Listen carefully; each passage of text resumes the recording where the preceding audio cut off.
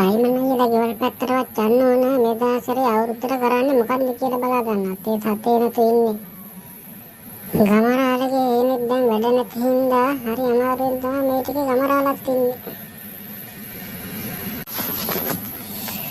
Simon අයියේ මම බම්මේ මාටියා බං පොඩ වරෙන්ක බං මෙහාට. අප්පාට බලන්න මේ මාටියානේ මොකද බං මේ පැත්තේ මේකයි සයිමන්නේ වැඩේ. ඉස්සරහට දැන් අවුරුදුත් වෙනවා. අතේ සතෙක් නැතුව බං ඉන්නේ. ගමරාලගේ හේනේ වැඩකුත් නැහැ. මොකද බං අපි දැන් අවුරුද්දට කරන්නේ? මටත් ඉතින් අපේ මතක් වෙන්නේ අතේ සතේ නැතුණාම තමයි. හරි දැන් ඒ වැඩක් නෑ. ඉඳපන් මං කල්පනා කරලා බලන්න අතට කීයක්කට එන වැඩක් මොකද්ද තියෙන්නේ කියලා.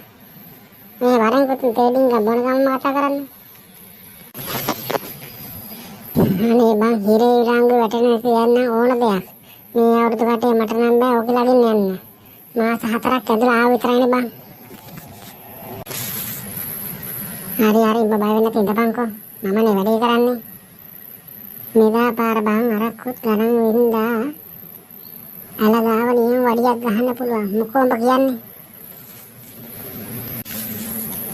අනේ බන්ද බං. ඔබ කියන එකක් තමයි. මම බැරල් ටිකයි දරයි ඔක්කොම ගිහින් දාලා තන ඔක්කොම හරි ගස්සලා ආවේ. ගෝඩ ටිකක් මම දාලා තියෙන්නේ. මම තනියෙන් තමයි මෙදා පාර පෙරන්න හැදුවේ. දැන් ඉතින් උඹත් ආපේ නුඹට නෑ බැග් ගන්න බෑනේ මට. මම ඉතින් හැමදේටම හිටියේ උඹනේ. මේ කටක් හොල්ලන මේ ගැන. ඔබ දන්නවනේ උඹගේ කටෙච්චර හොඳ නැති ඉච්චේ. මං කටක් හොල්ලන්නේ නෑ. එහෙනම් අපි අනිත් දිහාට විතර වැඩේ කරමු. මං එන ගෙදර යනවා. මං අනිත් උදේම එන්නම් වැඩේ කරන්න.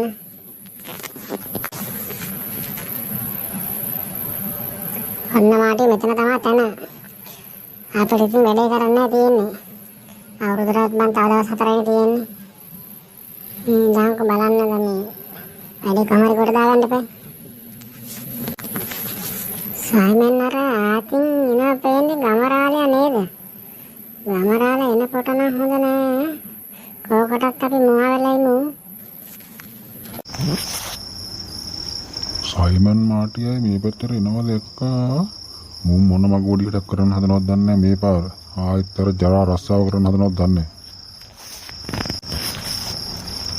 හරියට හරි. මේ ඇවිලෙන්නේ මුන් ජී